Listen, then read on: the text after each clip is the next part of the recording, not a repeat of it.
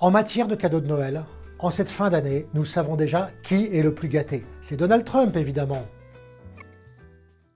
Pour lui, les étrennes ont commencé il y a déjà presque un an, lorsque tous les chefs d'État du monde sont tombés d'accord pour décider que, pour Donald Trump, ce serait tous les jours Noël. Alors ça a commencé modestement avec Volodymyr Zelensky, qui est arrivé en février à la Maison-Blanche, lui a apporté une ceinture de champion de boxe portée par un de ses compatriotes. Cependant, comme on s'en souvient, cette réunion à la Maison-Blanche a tourné au pugilat, et Volodymyr Zelensky s'est retrouvé KO debout et a dû quitter le palais de la Maison-Blanche. Peut-être plus inspiré, Vladimir Poutine, lui, a fait offrir, par l'entremise de Steve Witkoff, l'envoyé spécial de Donald Trump, un portrait du président américain, le représentant à l'instant même où il réchappe de la tentative d'assassinat et où, le poing levé, il crie « Fight, fight, fight » avec son visage éclaboussé de sang. Il s'agissait évidemment de souligner le courage de Donald Trump et de flatter l'ego de ce dernier. C'était bien vu et on voit bien là que Vladimir Poutine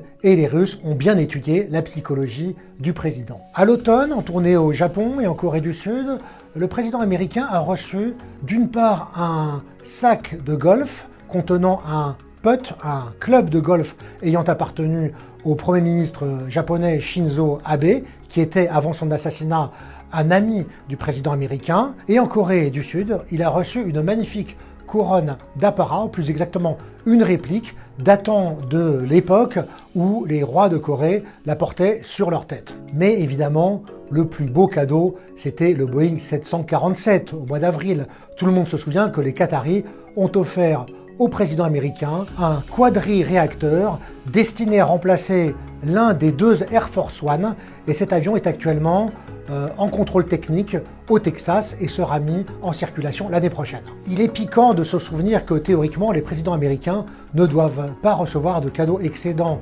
460 $, alors que ce quadrimoteur en coûte environ 400 millions. Mais pourquoi dépenser tant d'argent et s'ennuyer comme les Qataris à faire des frais incommensurable, alors qu'une simple médaille suffit? Le président de la FIFA, Gianni Infantino, l'a bien compris. 5 jours avant la remise du vrai prix Nobel de la paix, il a inventé un prix Nobel de la paix de la FIFA, tout spécialement conçu pour Donald Trump, qui s'est précipité dessus comme un enfant de 5 ans, la mettant immédiatement à son cou.